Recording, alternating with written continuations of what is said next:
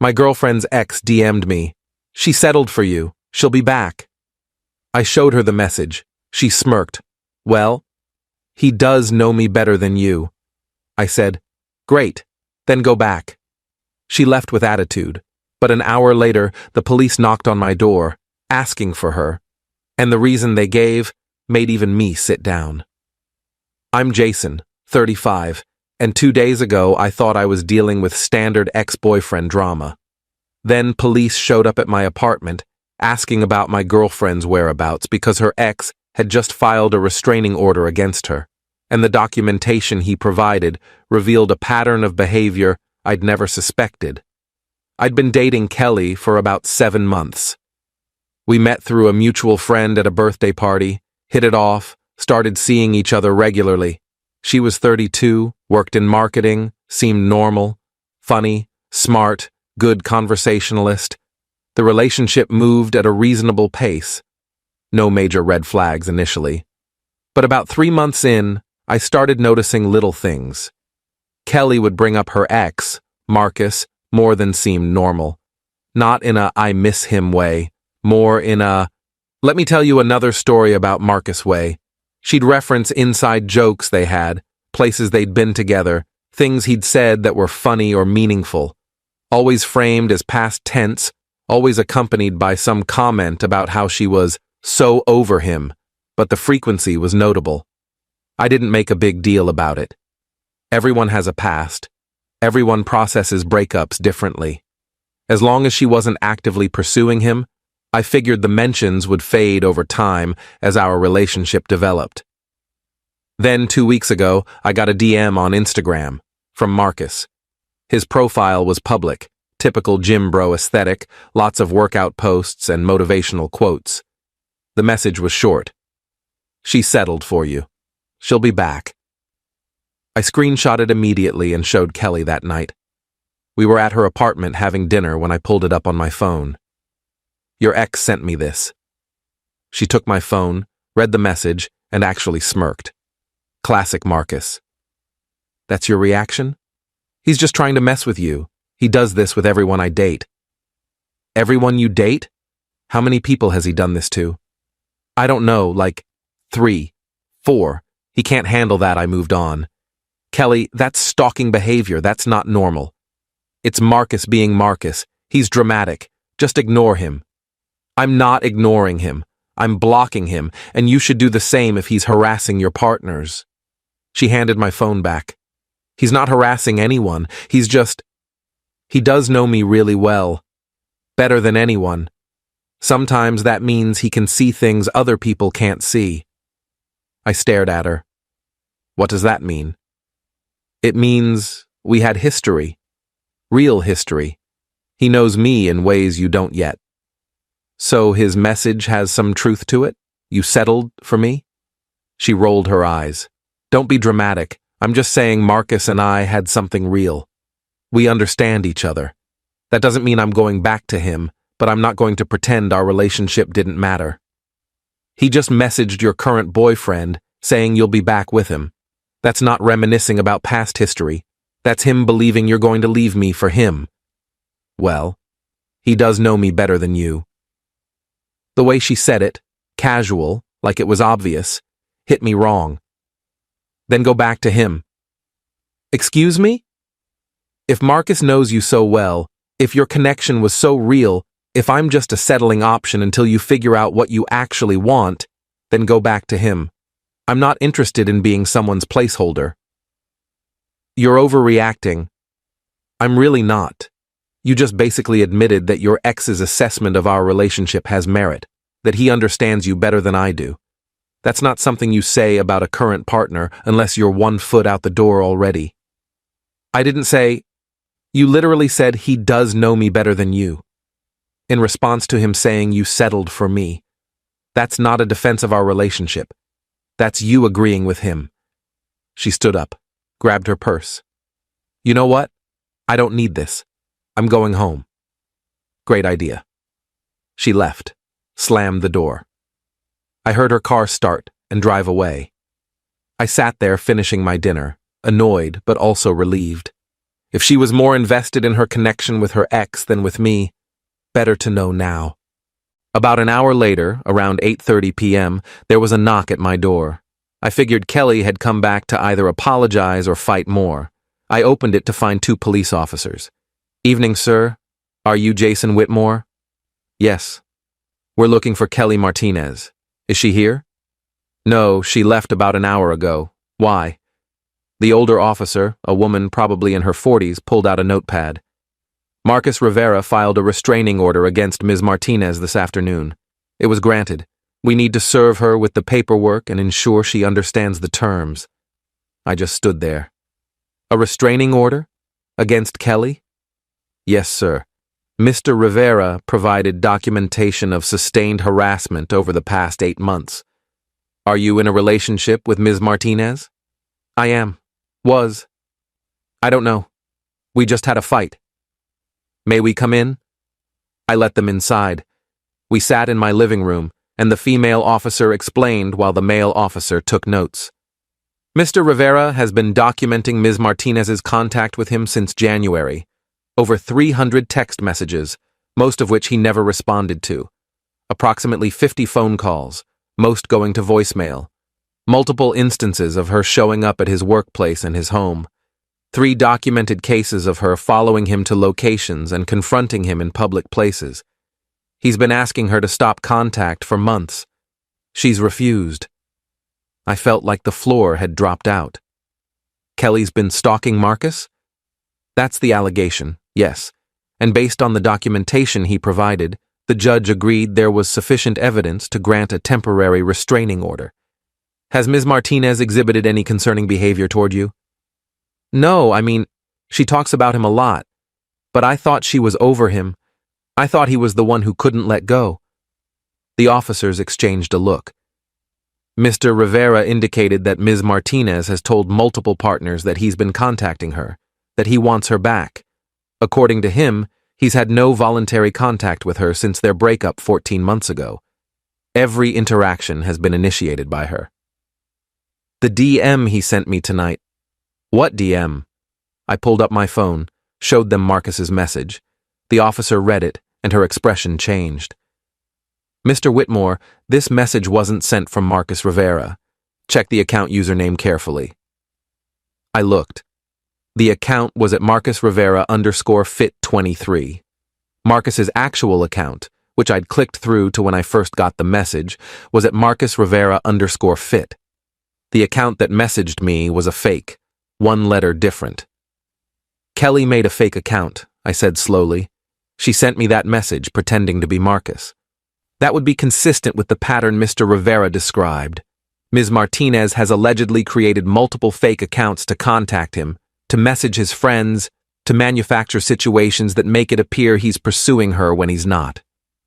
I sat down. "She's been doing this the whole time.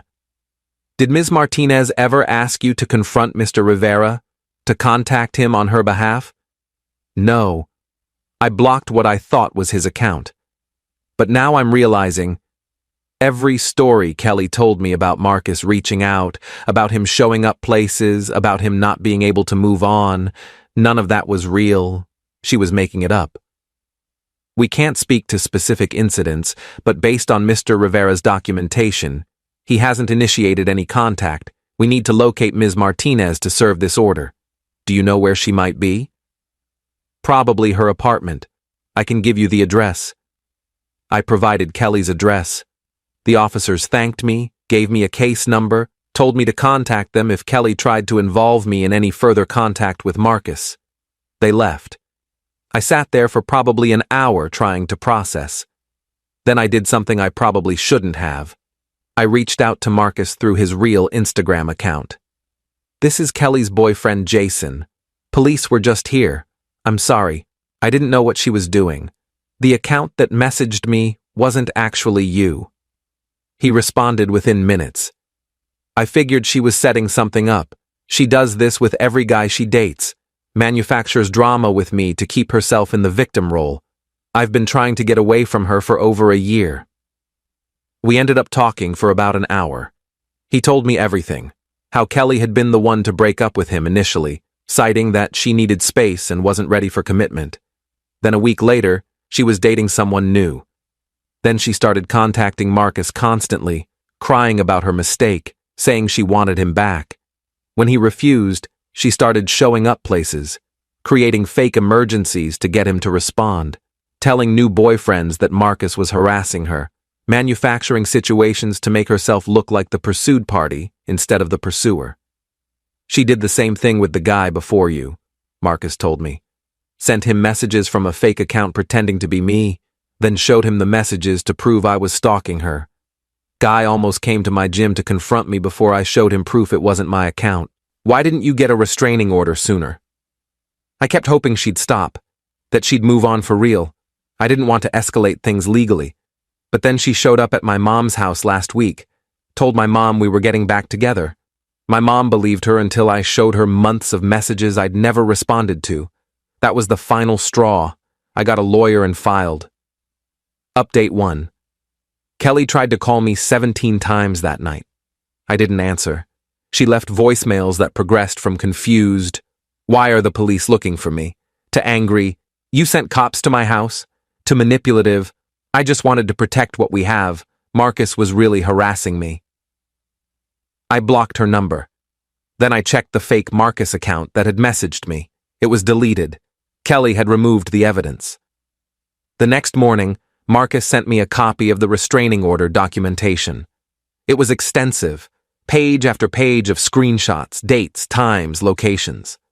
Kelly had been texting Marcus multiple times a day for months, following him to his gym, his work, his friends' houses, creating fake social media accounts to contact him when he blocked her real ones, even creating fake accounts impersonating him to manufacture drama with her new partners. There were screenshots of messages to me that I'd never received, sent from another fake account Marcus didn't control. Messages where Marcus said horrible things about me, about Kelly, making it look like he was obsessed with her.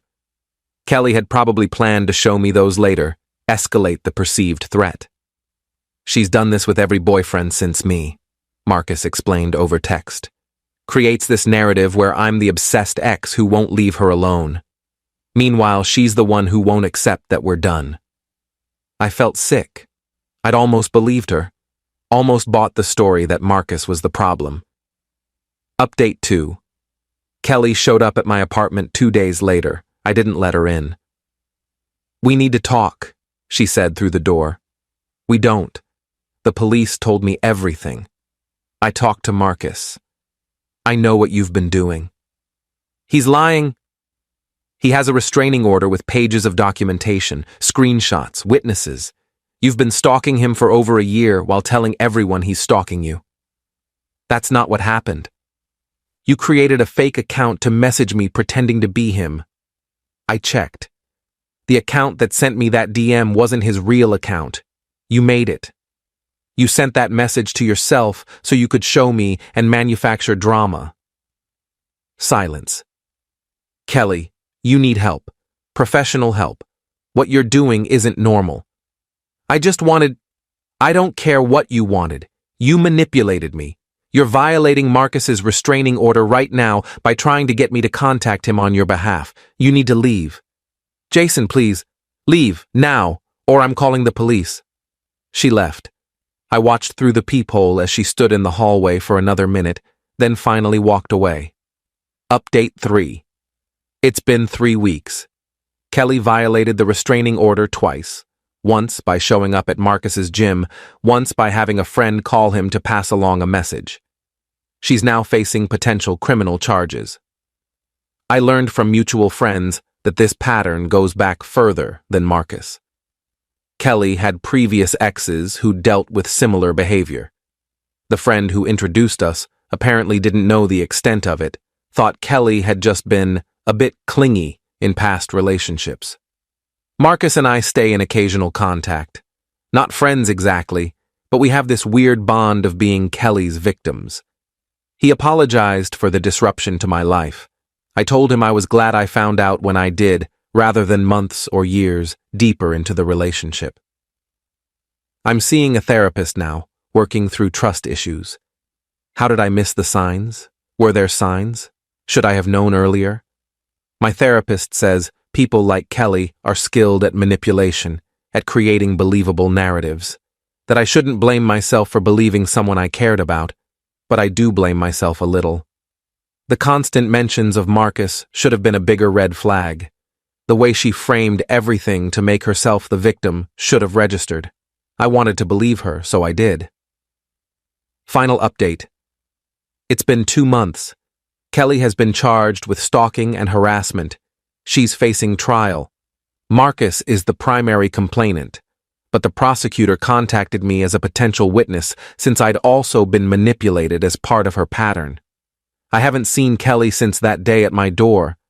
Mutual friends tell me she's bounced between claiming she's the victim and admitting she made mistakes, but insisting they were motivated by love. She tried to contact me through a new social media account last week. I showed the police, they added it to her file. I'm dating again. Slowly, carefully. More aware of red flags. Less willing to accept behavior that doesn't sit right just because someone has a plausible explanation. Marcus is doing well. He's in a new relationship with someone who Kelly hasn't found out about yet. He's keeping it private deliberately, hoping Kelly will eventually lose interest and move on. The mutual friend who introduced us apologized profusely. Said she'd had no idea how bad Kelly's issues were, that she'd only heard Kelly's side of the story with previous exes. She's cut off contact with Kelly entirely. I learned a lot from this, about trusting but verifying, about how someone can seem completely normal while engaging in seriously disturbed behavior behind the scenes, about how easy it is to manipulate people by playing the victim. Kelly's ex DM'd me saying she'd settled for me and would be back.